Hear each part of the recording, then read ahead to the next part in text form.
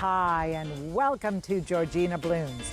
I'm Kathy Bruce, your host, and I'm holding my spring cleaning tools. So I'm obviously going to be outside. You won't want to miss this. I've got a lot to do. Please stay tuned.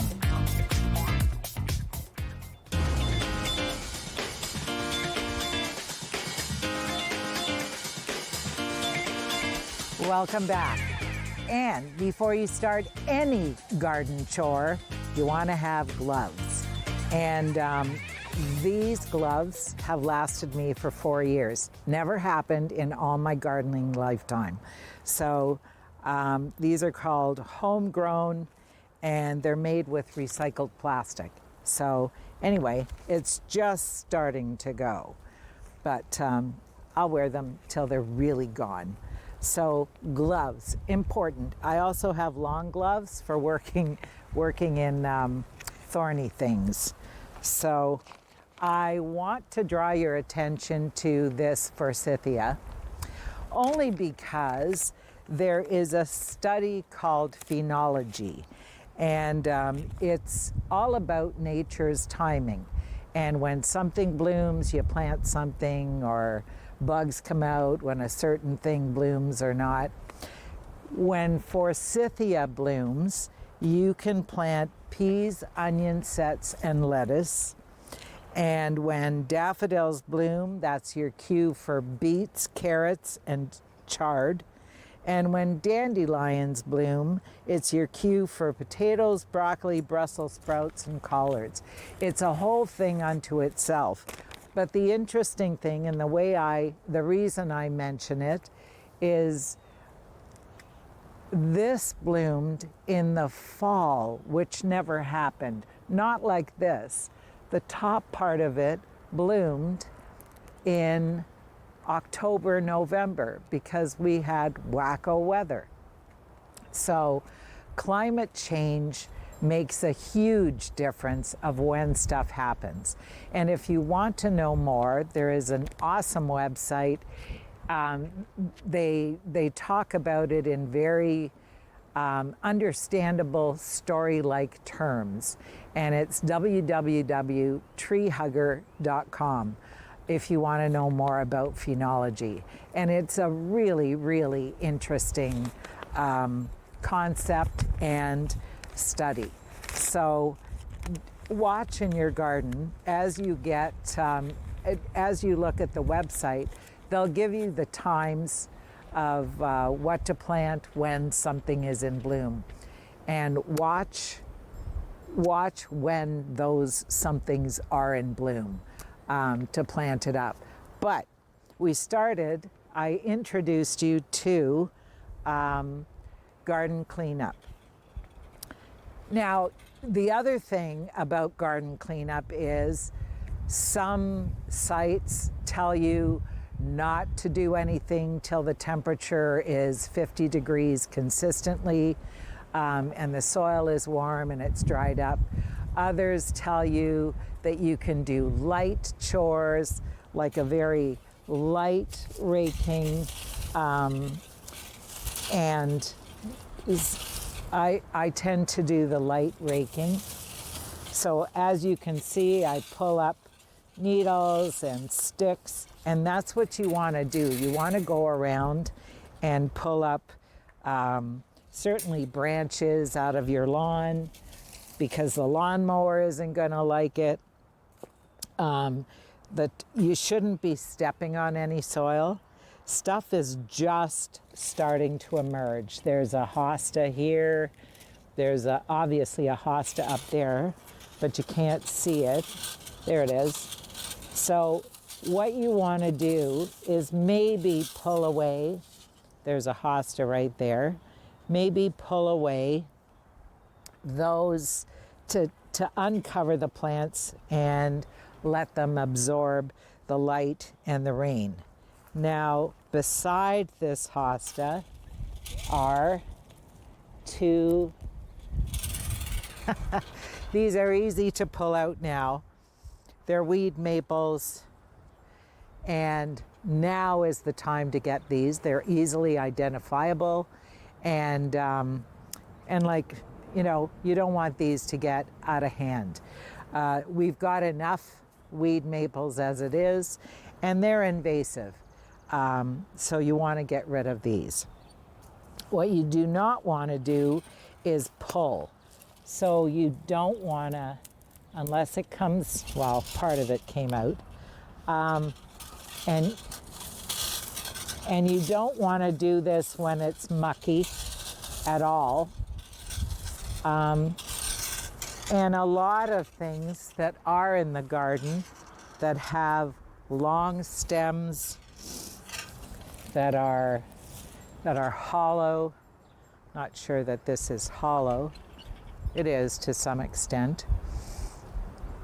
So now, because we all know more about where the beneficial insects hide, they hide in leaf litter, they hide inside the stems of assorted plants, which is why you've been asked at times not to cut back anything in the fall.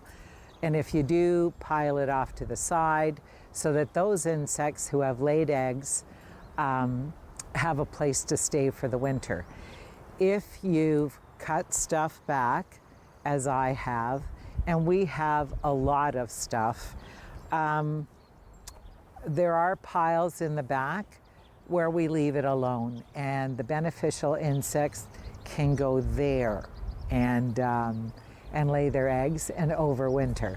But if you haven't touched anything yet, the other line of thought is that leave it until it's approximately 50 degrees Fahrenheit consistently to give these bugs a chance, the good ones, to emerge and be beneficial to your garden.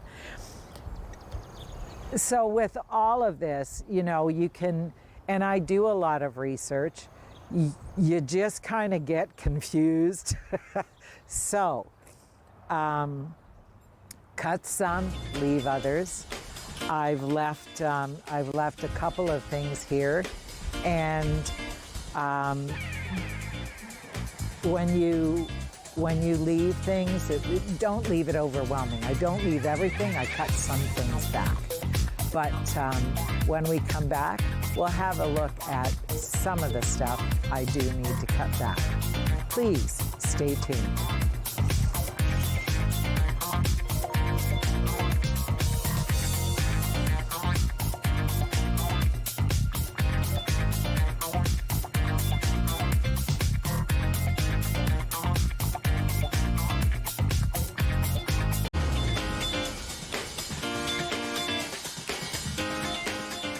Welcome back, and this is part of our front garden, and might I suggest that the first gardens you attack are at the front of your home, and every time you come home it's not going to be one of those, oh yeah, I got to get this, oh yeah, I should really come out here and do this. Once you get it done, it's a nice feeling to walk back into your house, and it's nice for your guests to come and let them think you got it all together when, you know, the back might need a lot of work. But you can get to that later because you're also doing spring cleaning inside. Anyway, this is still part of the same bed, and again, I've got branches from our pine tree, more branches, and raking out a little bit more to expose some of the plant material. Now, what you don't want to do is just pull on stuff that's dead. So if I pull on this, I'm going to get roots coming out as well. This is a chrysanthemum that I planted in the fall. So now that I see it's coming out, I'm going to snip it back, and I'm going to remove the pine cones in there, and I may or may not, I'm going to throw this loosely on the compost pile.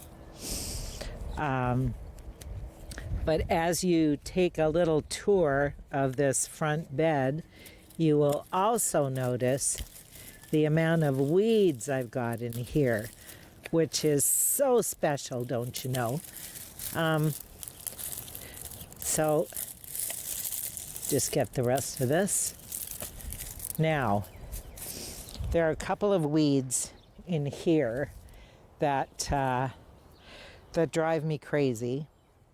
This is just gonna, so that I'm not stepping on the soil. This is goutweed. It's a horrible, horrible, horrible invasive weed. And it grows, there's a hosta coming up right here. So let's see if I can't. When you dig this out, don't put it in your compost, put it in the garbage.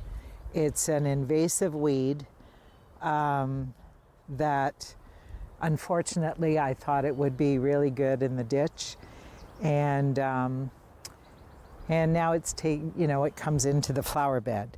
So I'll put that aside. But it has a tendency, if you get it now, it's a little easier. I want to show you. It's hard to get rid of because every time you pull it out and you break off a root, whatever little piece is in the ground is going to root. So this goutweed should go in the garbage. The other lovely weed that I have growing here is this. I'll see where I can step. This is garlic mustard. Now, there are two thoughts of that as well.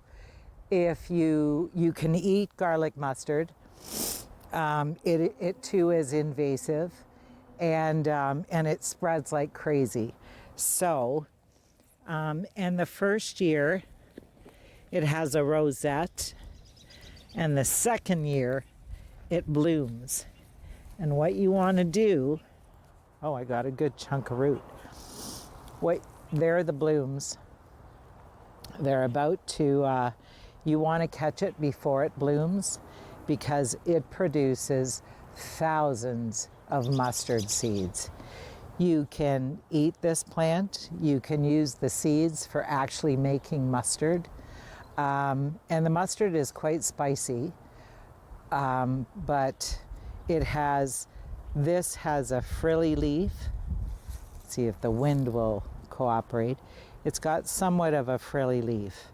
So if you see little ones starting, this too, like the goutweed, in the garbage, not the compost, and certainly not in yard waste, because all you're doing is this will spread to other yards and so on if it's not killed in the compost where they take that away to the where the town takes it. So don't put it in there. This is just more gout. Nope. This is that's more goutweed. So goutweed, garlic mustard, anything that's really invasive in your garden, do put it in the garbage, not in your yard waste collection, not in your compost, in the garbage. And any diseased plant material that you find in your garden, that too goes in the garbage, not in yard waste, not in your compost. So with that in mind, you see how much work I've got to do here. All right. This is also a good time for me to see how my plants are doing. So I take a look at my shrubs and take out the fall. We've had a super windy season, so it stands to reason that we've got branches everywhere, but do take them out as you tidy up. This is a spring blooming shrub, as is the forsythia. This is a 9 bark, so unless there's a busted branch, which there is here, I would cut this off because this is broken. Maybe I can, there you go. So as you go through your yard, you want to have a look at shrubs, certainly all of your shrubs. The ones that have bloomed in the fall, like the butterfly bush, rose of Sharon, those can all be trimmed now. The ones that bloom in the spring, don't touch them now at all, except for busted branches or those branches that are dead without, because buds are coming out now on it. But those that bloom in the spring, leave them alone until after they bloom. After they bloom, you can cut them back for about 3 weeks after their bloom is done. But no more, because then you're cutting off next year's blooms.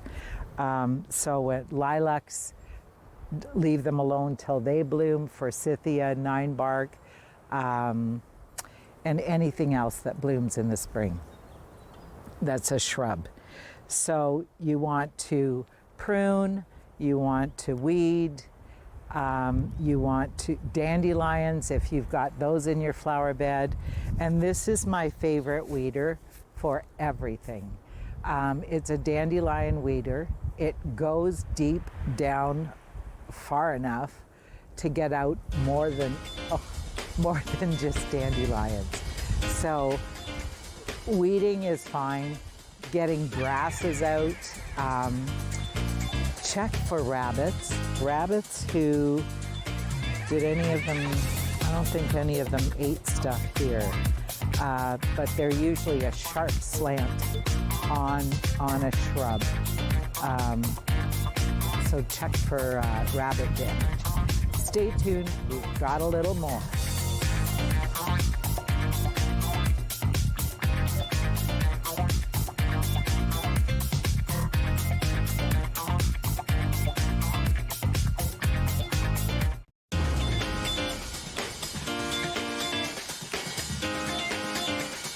Welcome back, and we're in the vegetable garden. And last year I demonstrated potting up, putting in the ground what, instead of planting bulbs in the ground, put them in pots, sunk the pot in the ground. This is what I've got. So I'm gonna take this out and those over there, and now I can move them around in my garden after I clean this off. The only thing is, once it's out of the ground, I've done this with mint, I've done this with chrysanthemums are right over here. When they start to show some color, I'll pull them out and bring them out and put them in containers. But this allows you not to have the mess of bulbs in your garden. This allows you to pop it anywhere in the garden where you want some color. So I've got a number of them, 2 more pots filled with bulbs that are in here. The other thing is, you're not going to plant your vegetables anytime soon. So turn your back on your veggie garden unless you're planting the early stuff like potatoes and salad and so on. Salad's a good one to have in a pot and have it close to your kitchen. Mint should be coming up soon for my mojitos. But otherwise, just do things a little at a time. Take a bed at a time. This is not a marathon. You have a nice long season to get your garden together. And you also need to do things like have your rain barrels ready.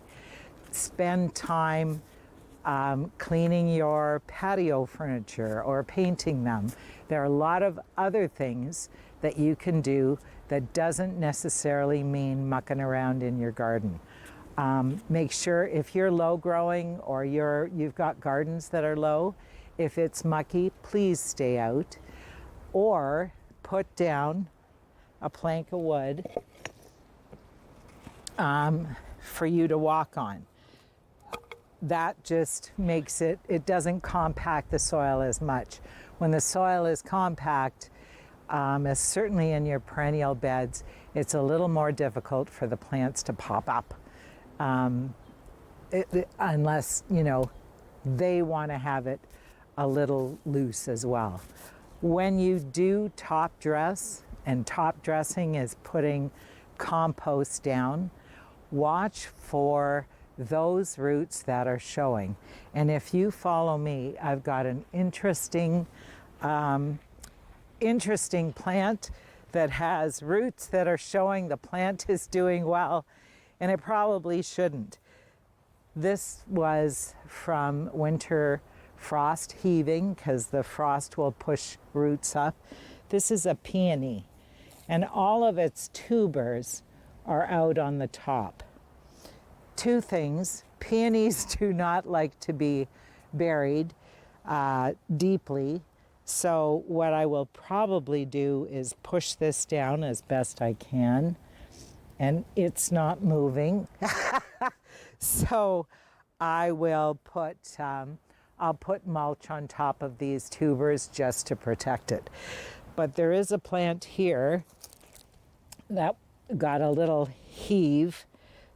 Stepping down, pressing it in the soil is a good thing to do, and top dress around it. So I'm going to put compost around this one. Peonies, they're already coming up. This already has a bud. I'm going to put my supports over top. And peony support there are two kinds: circle with a grid, or just a circle. And you just pop that over top. That's unusual for it to be like that already. This needs to be covered. As you go through your garden, you see the other peonies coming up. Give a little more warmth and some rain. Now they're going to be up and into the supports. So do get the supports out. Be gentle in your garden, always. Be gentle on yourself. Don't overdo it, because you don't want to hurt yourself. There is garden yoga, 2 stretches, but do take care and enjoy your spring cleaning. Enjoy the fact that stuff is coming back. And if it's not, take it out and replace it. And whatever you have too much of, you can dig out and share with a friend. So have fun with your spring cleaning, and bye for now. Take care.